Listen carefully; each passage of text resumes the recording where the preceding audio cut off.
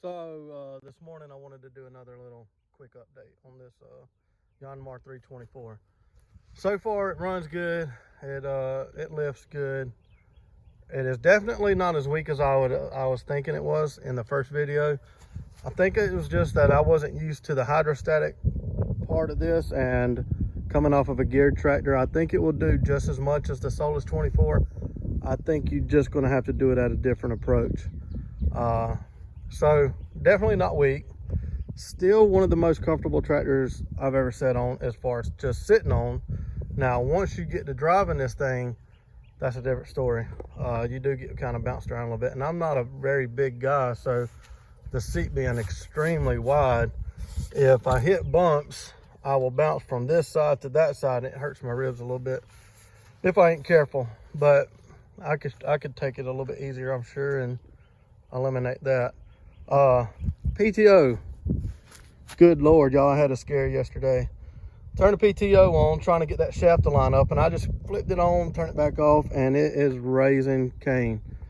No drop shaft hooked up to it. It just sounds like a bunch of marbles and cans, and it scared the crap out of me. I called the dealer, told the dealer. They got me in touch with their mechanic. I sent a video to their mechanic. The mechanic said, yeah, definitely something going on in the transmission. A few hours later, matter of fact, 7:30 last night, I get a call from the owner of the tractor company. He said, Dad, there's nothing wrong with it. That's normal. He even took a video of the ones he had on the lot, and they all did the same thing. Man, it don't sound normal. Let me just put it that way. I've owned several tractors.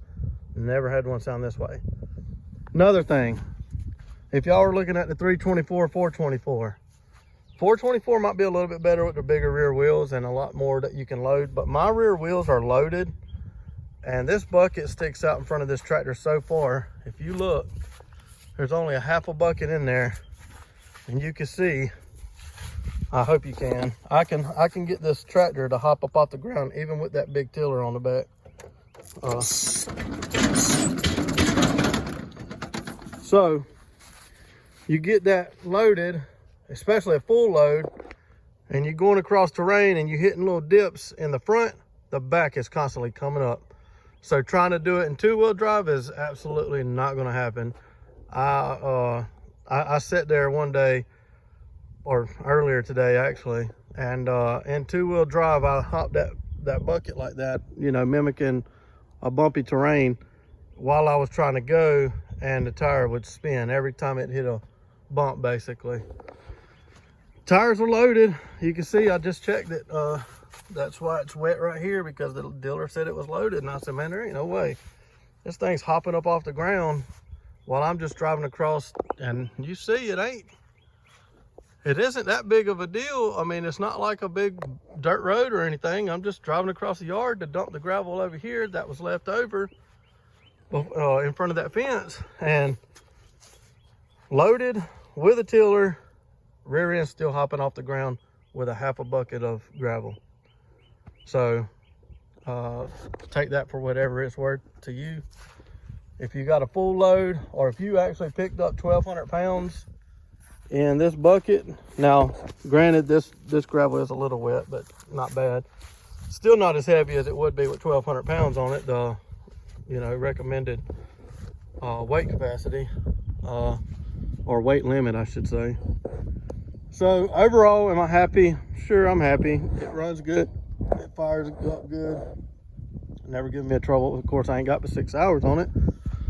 It lifts, I would assume, exactly what the specs say it would. It hasn't given me a trouble, or even, I haven't began to start maxing out as far as the lift capacity goes. However, I just, with a full scoop of gravel or a half a scoop of wet gravel, rear end's hopping off the ground, even with this big hunk of metal on the back of here. So that's aggravating. And because of that, it bounces you and throws you around in the seat. So I just wanted to come back and update as far as that goes. I'm gonna keep y'all updated. The more I do, I'll even cut this PTO on for you real quick and let you hear what I'm talking about, if you can. So you see it fires right up.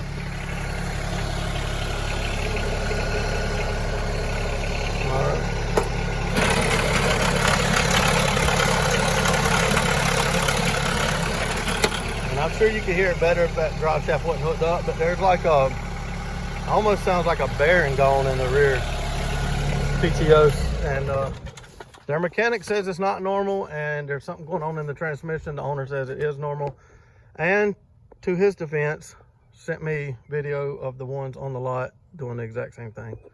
So obviously it's a Yanmar issue or whatever, but thankfully you got a 10-year warranty with this tractor, so hopefully all is well.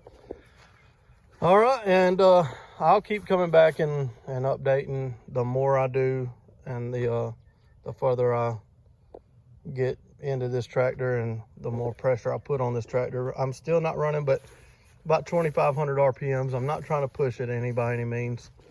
So, well, time will tell as far as that goes. Let me just put it that way. So y'all have a good one.